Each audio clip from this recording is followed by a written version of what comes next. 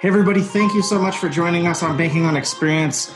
I'm excited about today's topic because we're going to be calling out those who are not walking the talk of the CX. So it's time to do it.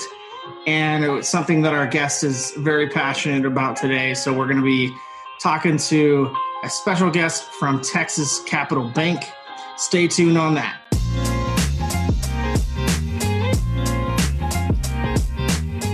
Thank you so much for joining us on the Banking on Experience podcast. Today, we're joined by Anne Witherspoon at Texas Capital Bank. Welcome to the podcast, Anne.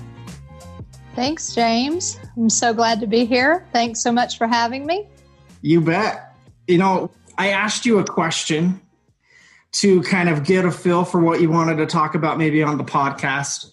I just asked you open-endedly, what's something you're passionate about that a lot of your peers or maybe even the industry might think differently about? And do you want to go ahead and just tell the audience what you chose and why? Sure. Yeah, I think what I said was the thing that comes to mind is that many people think they know best when it comes to what the customer wants and what the customer thinks and how to best service them, and that they talk about how important client experience is, but then they go completely against delivering an effortless experience. And so there's some examples that come to mind, everything from not setting proper expectations with the client from the beginning to not investing in the known pain points. So I just think there's various areas that those things become apparent. I completely agree with you. Coming from the CX space, it's one of those things where I think we oftentimes get caught up in our day-to-day work, right? Through technology and all that stuff. And we try to automate so much of what we can do to do more. And sometimes that automation actually can get in the way of exactly what you're talking about. But I forgot to ask you. I always like to ask my guests a question to start off the podcast. What'd you have for breakfast today, Anne? This morning for breakfast, I had avocado toast. Ooh, yummy. How about you? I actually didn't have breakfast. I bless my wife. She is so good to me and oftentimes will bring me in like an omelet or something like that if I don't get a chance to. But today I just was so already in meetings, so I couldn't eat breakfast. But I want to transition the conversation a little bit because I also want to give you an opportunity to talk about Texas Capital Bank and tell us a little bit about Texas Capital. Yeah, absolutely. Texas Capital Bank is a commercial bank that delivers highly personalized financial services. We are based in Dallas. We're a relationship bank focused on really partnering with our clients and providing value by delivering expert guidance and true commitment to our client base. We've always been a relationship bank, and that is why client experience really fits in nicely with that. Focus on client has been something that Texas Capital is very much committed to from its beginning. Love it. And oftentimes focusing on that requires, top-down initiative. Just curious, has your organization gained that confidence at the ELT level to where they're as bought in as the employees are? Yeah, absolutely. Again, the focus on the client is part of our strategic objectives. It's part of what we're talking about every single day, and my role as the Chief Client Experience Officer is really giving me that responsibility for helping advance the organizational focus on the end-to-end client journey. And that includes evolution of the CX program overall, the metrics, the reporting, and how do we implement solutions that help increase client satisfaction and really deepen those client relationships. Love that. So as we talk about walking the walk and not just talking about it, where do you think that financial institutions get this wrong? Well, I think that many times they get it wrong because they are well-intentioned. I like to say that oftentimes people are well-intentioned, but they're not intentional. And what I mean by that is they truly care about their clients. They want to take care of their clients. But instead of proactively designing an intentional journey, really that end-to-end that I just mentioned, they make reactive decisions, maybe based on their own perspective, instead of that perspective of the client and really what the client needs.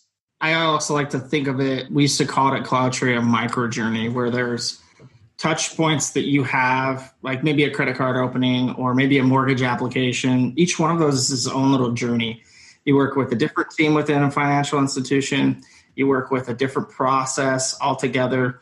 And I think that's one of those things where it's also important to kind of map those out and understand them from an organizational perspective so that you can, to your point, be really focused in making sure that the employees see that as the journey develops. So I love the fact that you mentioned that, because I think that that's also another way to do that. Yeah, well, one of the things I love about client experience is that it is a science, but it's also an art.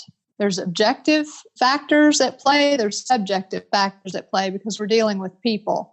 And so I love the data aspect of it, but also the psychology of it. And as you mentioned, the employee portion is so important as well. We really have to make sure we consider what is the employee experience. So, Anne, how can financial institutions ensure that they don't become part of the problem? So as we talk about, kind of being intentional about these things, how do they make sure that they're not part of the problem in the future? Yeah, that's a great question. I think it really starts with asking the client. There's a few things, but ask the client. Don't assume that you know what they want. Listen to the client, whether you're in meetings, whenever they're calling in, they're telling you what they need and what they're not getting. So analyze what you're hearing in those interactions and then watch them. Go to their office, see how they operate, really understand their process and how they operate and how they utilize various systems or solutions. And then through all of that, asking, listening, watching, you can identify the gaps, the pain points, and then really commit to prioritizing and investing in resolving those pain points. Seems so simple, right? I mean, like one of those, it's so one of those things that you hear so often, like, why don't you just ask the customer? And I think it's so interesting because I know so many people just from the marketing function of a business that run their campaigns and they come up with this really great strategy, but they haven't used a customer as a sounding board. And so then they go out and they publish all this stuff or they do all these things, and then they ask, is it resonating? Or they wonder why it's not resonating because they look at the data and it's like, oh, wow, this is not doing as well as we thought. And it's so fascinating to me how a simple step, like bringing in a customer so that they can help provide you the real, tangible, like, hey, this is the real deal here. This is what's actually happening. It's so interesting to me how many people do not do that. I agree. I'm a big proponent of journey mapping, but it's rarely utilized to its full capacity because to me, journey mapping is really what being intentional is about, because that way you can see from the moment the client becomes aware of your brand and your organization all the way through what they experience.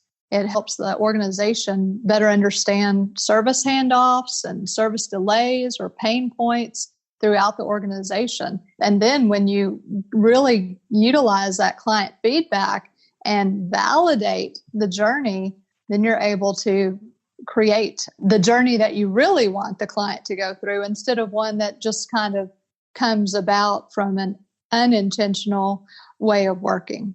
Ooh, that's music to my ears. We actually just did an episode. It's been a couple weeks now, I think, not long ago with Annette Franz. Love her.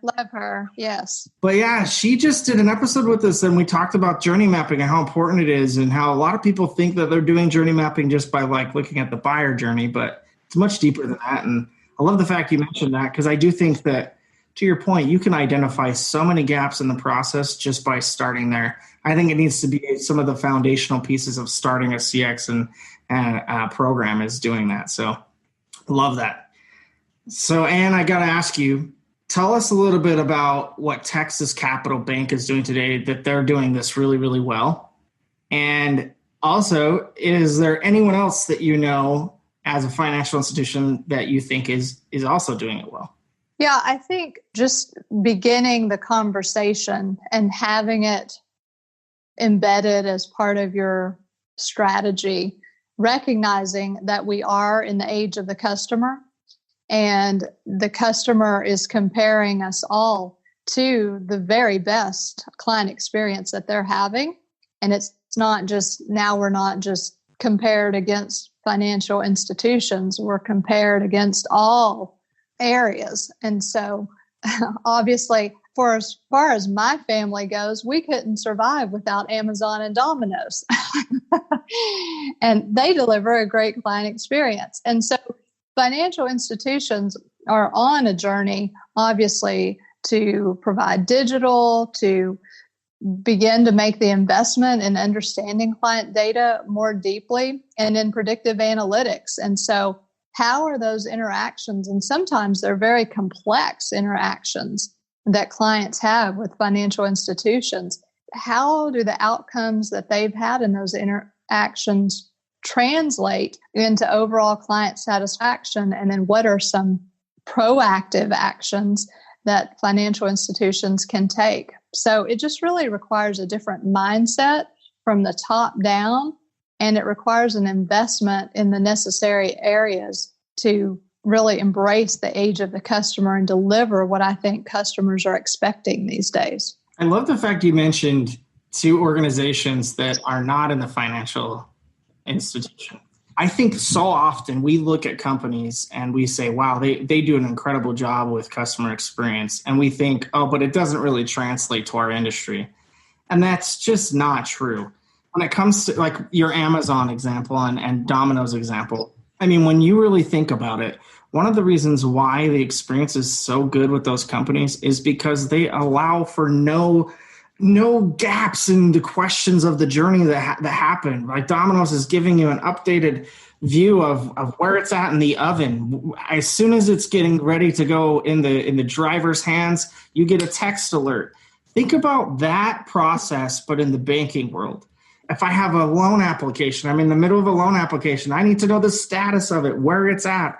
It's the same thing. Think about it as your products at a bank being baked in the oven like the pizza.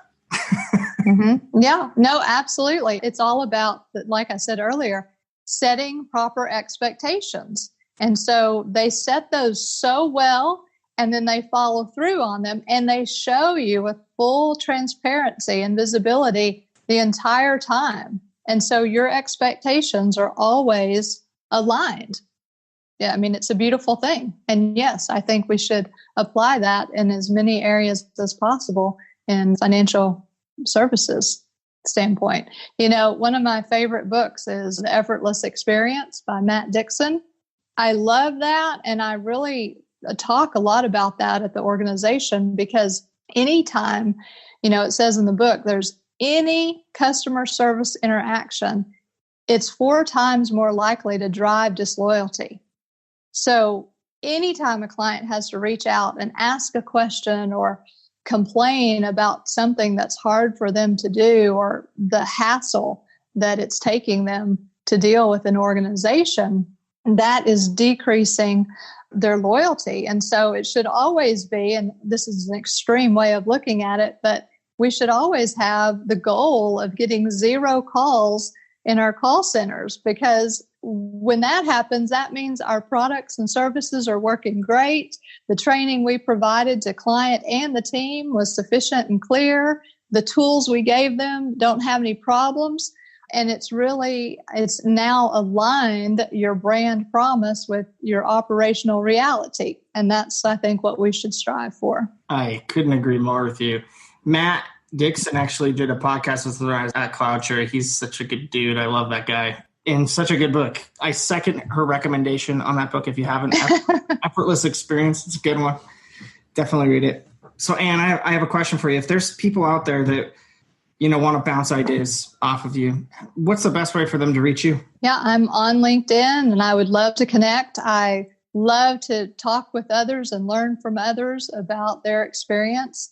And we're all on this client experience journey together. So would love to connect with anyone on LinkedIn. Thank you so much for joining us today, Anne. We appreciate it.